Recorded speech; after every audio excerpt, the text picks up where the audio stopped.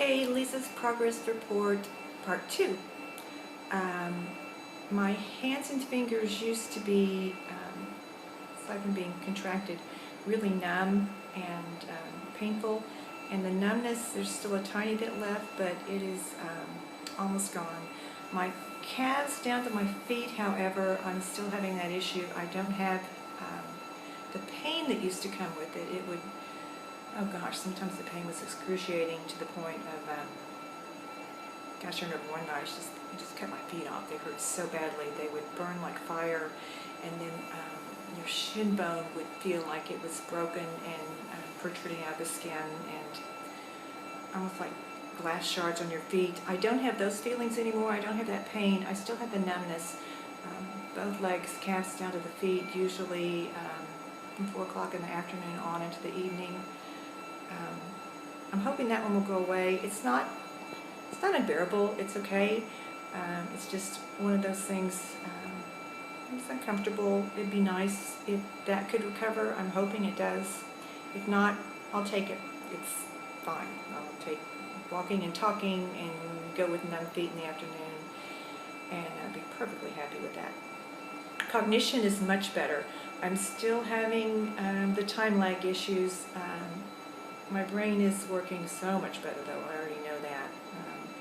I think clearer. I can remember things. Remembering things is a big deal because I used to forget so much. But the time lag is still there. I've noticed it in particular when the laptop was working, and it's a logic board issue. I've done all the testing, so it goes to the Apple store when I get home. My brain would tell the fingers what to do, and my brain would be moving on to the next word, but the fingers would still be back maybe 5 words ago, so that's going to take some practice. And that may not come back, and that's not a big deal. That's not a biggie. It's not a biggie at all. So I'll mistype and go back and recorrect, and that's okay.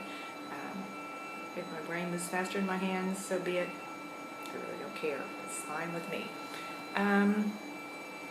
What else? Those are the big things. The balance is still a problem. I do hope that will recover. You saw that in the first video on walking. It's a little bit of an issue. It'll be fine. Like I said, if I walk with a cane, I don't have the balance issue. The cane will catch me, so no big deal. And if I walk with the cane from here on out the rest of my life, I'm okay with the cane. It's just fine. It's better than the alternative. And coming to that, Dr. Fedorenko was in last week and spent some time with me reviewing my MRI 6 months ago versus the one he did when I first checked in. There were two differences.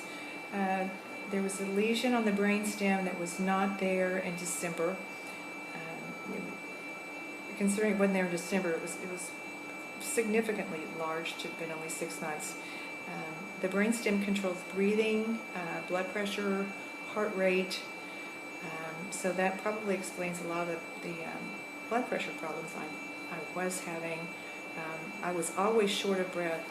I didn't do anything, and I was short of breath. I could just sit in a chair and be panting for air, and that explains that. The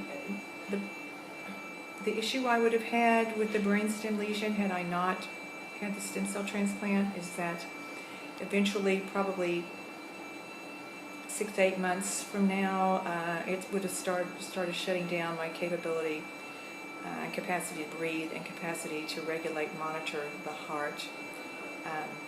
That's pretty drastic. The other issue that he found was an immensely long area of diffusion from the brainstem all the way down through the neck, halfway down the back, a large area of diffusion that it turns out was causing some of the issues I'd noticed in the past, the past month before I came. I was beginning to have some paralysis issues, off and on, briefly, and then 4 days before I left, I'd been in Walmart and I was just having extreme trouble. I couldn't walk, I couldn't move.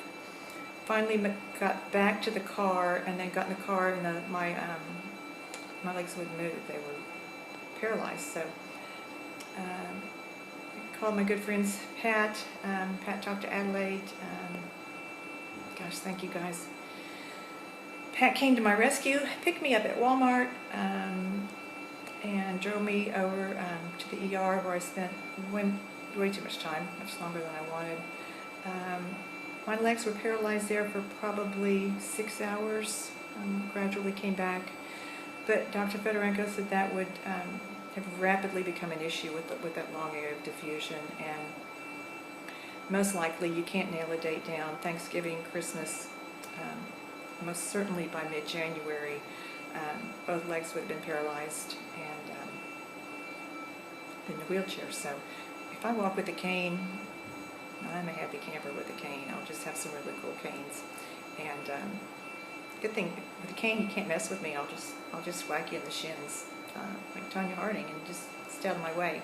So this segment's finished, and I'll do another one, part 3, in a little bit. Thanks.